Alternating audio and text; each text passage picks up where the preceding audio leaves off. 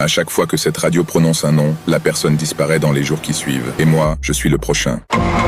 Depuis toujours, Radio Soleil tourne dans ma ville. Dans les dîners, les garages, les petits commerces, une radio simple, un peu de rock, des vieux tubes, et parfois des émissions quand il n'y a plus de pub à diffuser. Je l'ai toujours écouté, c'était familier, rassurant. Mais ça, c'était avant. Tout a changé il y a 3 mois. Un lundi soir, je rentrais tard du travail, je zappais les stations, et je suis tombé sur Radio Soleil. L'animateur finissait une chanson, puis il a dit, avec une voix étrange, presque amusée, « Et maintenant, place au nom de la nuit ». Aucune explication, rien, juste un nom, lâché comme une goutte dans un lac calme. Je me suis dit que c'était bizarre. Un jeu, un clin d'œil à quelqu'un, mais la semaine suivante, même chose, même heure, même phrase. Cette fois, c'était le nom d'Igor Gonzola, et ainsi de suite. Chaque lundi, à 23h05 pile, un nom, juste un, jamais plus. Au bout de 5 semaines, j'ai commencé à tous les noter, carnet en main. Chaque lundi soir, j'attendais et je cherchais. Réseaux sociaux, articles locaux, n'importe quoi. Au début, rien, aucun jeu, aucun gagnant, aucune trace. Jusqu'à un nom, Caleb Moreau. Je le connaissais. Il bossait à la station-service près de chez moi. On discutait parfois, en payant un café ou un snack. Sympa, toujours le sourire. Une semaine après la diffusion de son nom, je suis passé à la station. Et là, sur la porte, aidez-nous à retrouver Caleb.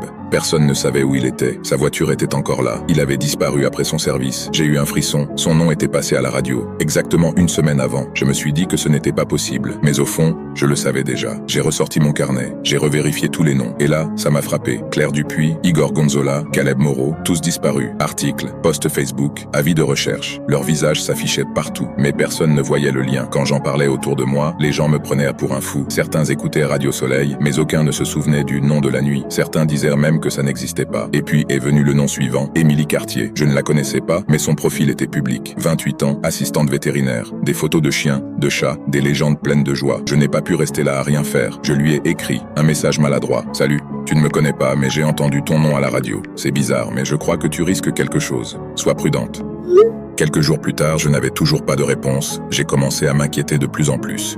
Toute la semaine, elle a posté normalement. Des photos, des stories, des blagues. Puis, exactement 7 jours après, silence. Le lendemain, un article est sorti, une assistante vétérinaire portée disparue. Là, j'ai craqué. Je suis allé jusqu'au studio de Radio Soleil, un vieux bâtiment au centre-ville. Tout semblait vide. Une seule lumière allumée, à l'étage. Je suis resté dans la voiture. J'ai attendu 23h05. Et là, à travers les murs, je l'ai entendu. Et maintenant, place au nom de la nuit. Je suis sorti. J'ai couru jusqu'à la porte, entré sans réfléchir. Pas un bruit. Le hall était désert. J'ai suivi le son, monté un escalier grinçant. Au bout du couloir, une porte entr'ouverte. Une lumière chaude filtrait par l'ouverture. J'ai poussé la porte. La pièce était vide. Un vieux micro, un bureau usé. Des câbles, du matériel poussiéreux. Le voyant en direct clignotait faiblement. La voix de l'animateur résonnait encore dans les haut-parleurs. Et puis, tout s'est éteint. Le silence. Et là, derrière le bureau, sur le mur, une feuille, une liste écrite à la main. Des noms, tous les noms, tous ceux que j'avais notés. Et en bas de la liste, un dernier nom. Ethan Granger. C'était mon nom, ça fait maintenant 6 jours que je ne suis pas sorti. Je me suis enfermé chez moi. Portes et fenêtres condamnées. Le téléphone sonne parfois. Je ne décroche pas. Demain, ce sera le 7e jour. Alors si tu entends ça, si tu comprends ce qui se passe,